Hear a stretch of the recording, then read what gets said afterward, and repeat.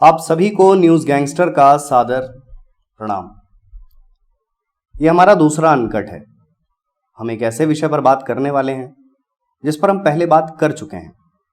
मणिपुर में हो रही हिंसा, वहां पर रहने वाले 3 समुदाय मैतेई, कुकी और नागा किस तरह आमने सामने हैं, कैसे टकराव और हिंसा की स्थिति है, कैसे 80 दिनों से 85 दिनों से स्थिति सामान्य नहीं हो पा रही है, कैसे राज्य के महज 10% इलाके में मैतेई रहते हैं जो खुद को वैष्णव पंथी यानी हिंदू बताते हैं, और बचे 90% इलाके में कुकी और नागा रहते हैं जो मुख्य रूप से जनजातीय समुदाय हैं। इसके अलावा राज्य में आरक्षण जो तीनों समुदायों के बीच टकराव और विवाद की एक बड़ी वजह है, क्योंकि मणिपुर में आरक्षण का लेना देना केवल सरकारी नौकरी या सरकारी लाभ या टैक्स वगैरह जैसे मामलों से नहीं है। वहाँ आरक्षण का लेना देना जमीन के मालिकाना हक से है, क्योंकि वहाँ के मैतेई राज्य के किसी और हिस्से में जमीन नहीं खरीद सकते, क्योंकि उन्हें एसटी का दर्जा नहीं मिला है, वो शेड्यूल ट्राइब नहीं कहे जाते। जबकि कुकी और नागा जो कि 90% इलाकों में रहते हैं वो कहीं भी जमीन खरीद सकते हैं, क्योंकि उन्हें शेड्यूल ट्राइब कहा जाता है। इस संबंध में आज से लगभग 10 से 15 साल पहले मैतेई समुदाय ने मणिपुर हाईकोर्ट में एक रिट भी डाली थी, जिसमें उनका कहना था कि मैतेई समुदाय को यानी उन्हें शेड्यूल ट्राइब का दर्जा दिया जाए, उन्हें आदिवासी समुदाय, जनजातीय समुदाय का दर्जा दिया जाए, क्योंकि वो अपनी ही जमीन पर बाहरी होते जा रहे हैं। और यहाँ एक बहुत बड़ा पॉलिटिकल उपक्रम भी है कि राज्य में 60 विधानसभा सीटें हैं, जिसमें से 40 विधानसभा सीटें उस 10% इलाकों में आती हैं या उस 10% मैतेई वोट बैंक से प्रभावित होती हैं। तो इसको आधार बनाकर कुकी और नागा समुदाय ये कहता है कि वो पॉलिटिकली पहले से इम्पावर्ड हैं, वो राजनीतिक रूप से, सामाजिक रूप से शक्तिशाली हैं, तो उन्हें आरक्षण की क्या जरूरत। इसके अलावा मणिपुर में अवैध रूप से आने वाले हथियार और ड्रग्स जो बॉर्डर के रास्ते से आते हैं, ये भी एक बड़ा संकट बनता जा रहा है। घुसपैठ एक बड़ी समस्या बनती जा रही है।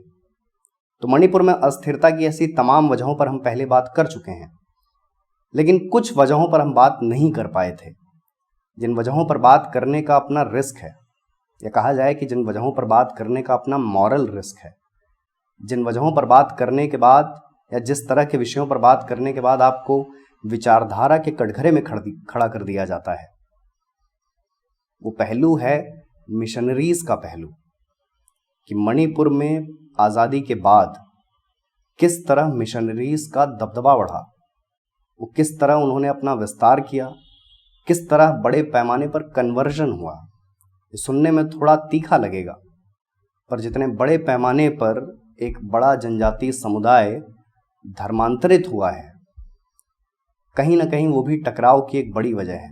तो यहाँ सबसे बड़ा सवाल ये है कि मणिपुर में ईसाई मिशनरीज की शुरुआत कहाँ से हुई, क्रिश्चियन मिशनरीज की शुरुआत कहाँ से हुई।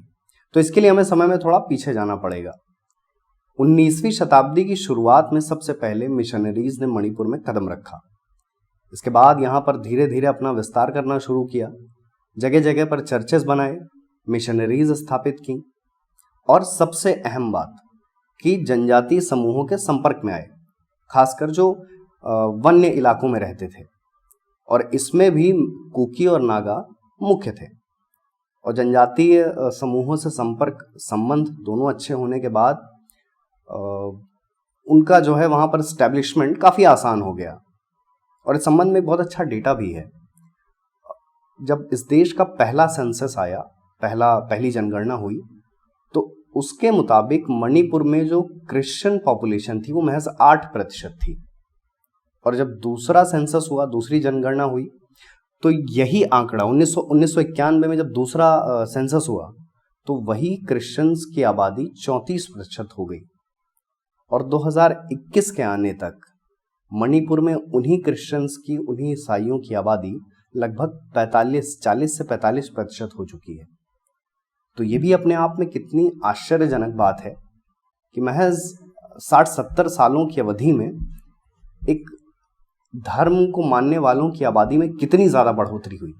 और यहाँ सवाल बढ़ोतरी पर नहीं है, लेकिन इतनी रैपिड ग्रोथ इस पर सवाल जरूर बनता है कि कैसे इतने सालों में ऐसा हुआ क्या जिसकी तर्ज पर, जिसकी वजह से मणिपुर जैसे छोटे से राज्य में एक समुदाय, एक पंथ इतने बड़े पैमाने पर ग्रो कर गया। तो यहां एक सवाल उठता है कि ईसाई मिशनरीज ने कैसे इतने कम समय में अपना विस्तार किया। तो इस बारे में मद्रास हाईकोर्ट का एक आदेश समझा जाना चाहिए। ये बात है जनवरी 2022 की। मद्रास हाईकोर्ट ने कहा कि कन्याकुमारी की जो रिलीजियस डेमोग्राफी है वो पूरी तरह बदल चुकी है। 1980 में वहां जिस तरह के हालात थे वो अभी के हालातों से पूरी तरह अलग हैं। कैसे अलग हैं? 2011 में जनगणना हुई थी। उस जनगणना में ये सामने आया कि कन्याकुमारी में हिंदू बहुसंख्यक हैं, यानी मेजॉरिटी हैं। लेकिन अभी जिस तरह के आंकड़े, जिस तरह की जानकारी सामने आती है, उसके आधार पर कन्याकुमारी में हिंदू अल्पसंख्यक हैं और क्रिश्चियंस बहुसंख्यक हो चुके हैं। इतना बड़ा बदलाव, इतना बड़ा रिलीजियस डेमोग्राफिक चेंज हुआ कैसे? सीधा सा जवाब है कि वहाँ का जो आदिवासी समुदाय था, जनजातीय समुदाय था, उसका बड़े पैमाने पर कन्वर्जन यानी धर्मांतरण हुआ। वो साफ शब्दों में क्रिश्चियन बने। लेकिन यहाँ भी एक क्लॉज है। वो जब पहचान की बात होती है तब वो खुद को क्रिश्चियन कहते हैं, ईसाई कहते हैं। लेकिन जब सरकारी मुनाफे की बात होती है, आरक्षण की बात होती है और आरक्षण के तहत मिलने वाले लाभ की बात होती है, तब वो आदिवासी समूह या फिर हिंदू बन जाते हैं। और इसके अलावा मद्रास हाईकोर्ट ने अपनी टिप्पणी में ये भी कहा कि अभी जो आबादी है 62% है कन्याकुमारी में क्रिश्चियंस की, आने वाले समय में बहुत जल्दी 72% हो जाएगी और इस ग्रोथ को कोई रोक भी नहीं पाएगा। और इस तरह के क्रिश्चियंस के लिए मद्रास हाईकोर्ट ने एक बहुत अच्छा टर्म भी दिया, क्रिप्टो क्रिश्चियंस, कि जिनकी पहचान एक क्रिश्चियन की है, लेकिन जब सरकारी योजनाओं के लाभ की बात आती है, आरक्षण की बात आती है, तब वो शेड्यूल्ड ट्राइब बन जाते हैं, यानी जनजातीय समूह बन जाते हैं।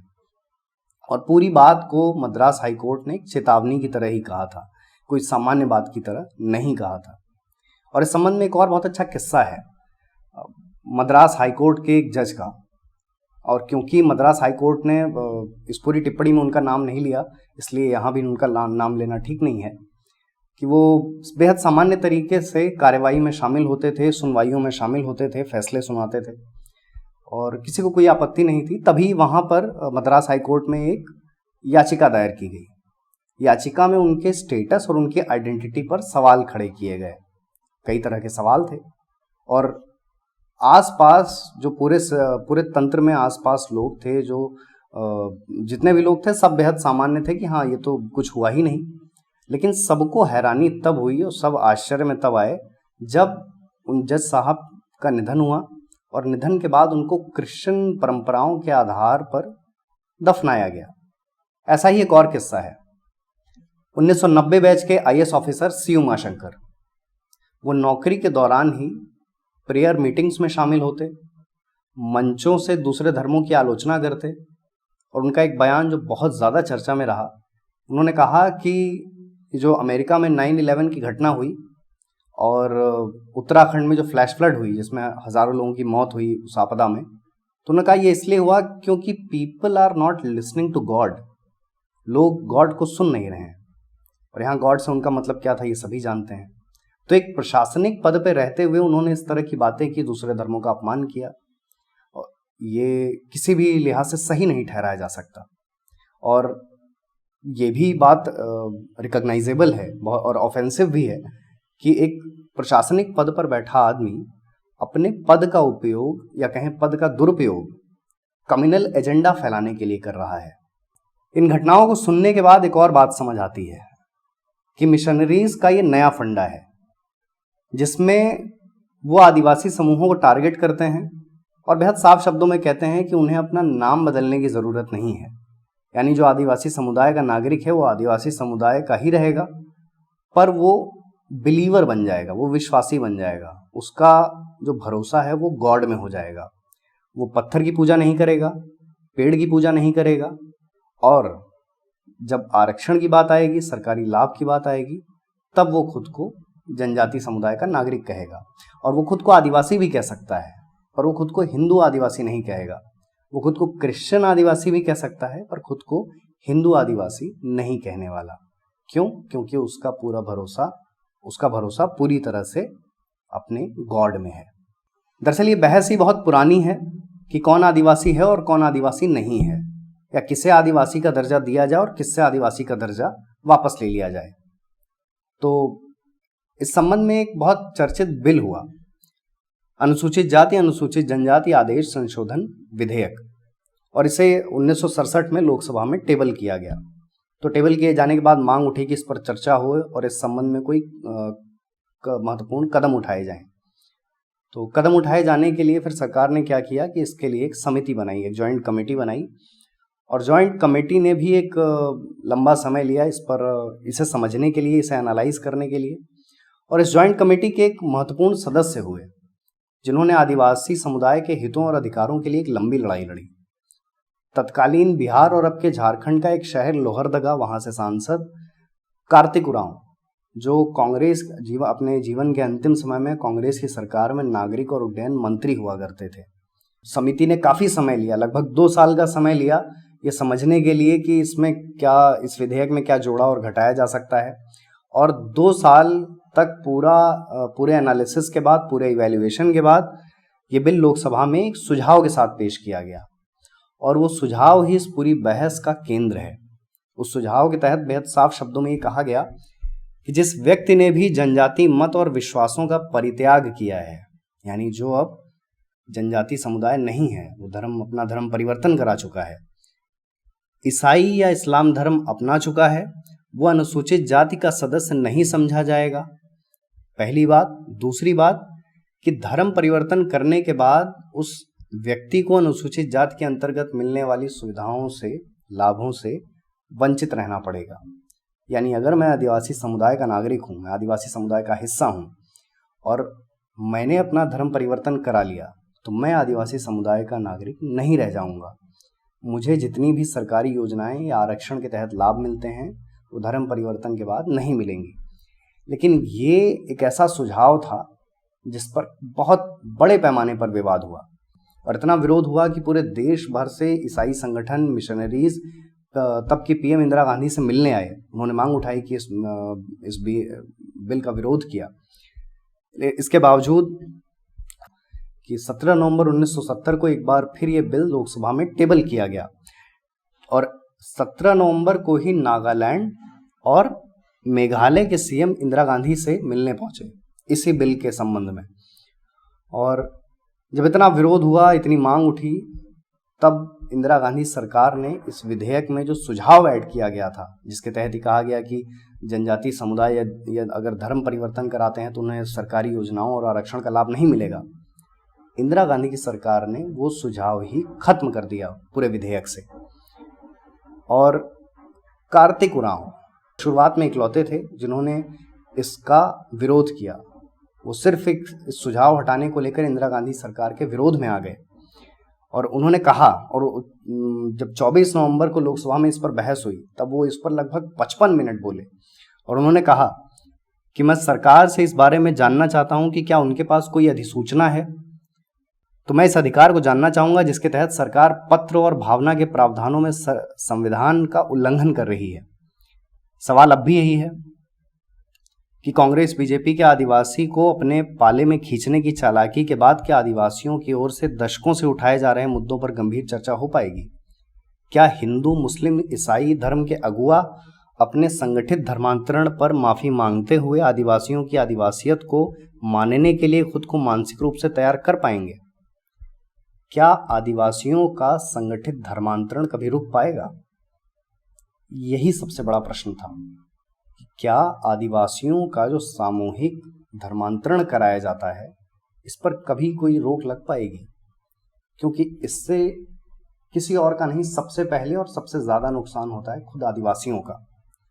और कार्तिक उरांव ने एक किताब भी लिखी, 20 वर्ष की काली रात, जिसमें उन्होंने मिशनरीज पर बेहद साफ शब्दों में अपनी बातें कही। उस किताब का एक अंश है कि 1935 से संविधान में जाति और जनजाति समूहों की परिभाषा यही है कि SC और ST की श्रेणी में हिंदू धर्म को मानने वाली जातियां ही शामिल होंगी। जिसने धर्म छोड़ा वो हिंदू नहीं माना जाएगा, यानी जो आदिवासी समुदाय धर्मांतरण कराएगा वो हिंदू नहीं कहा जाएगा।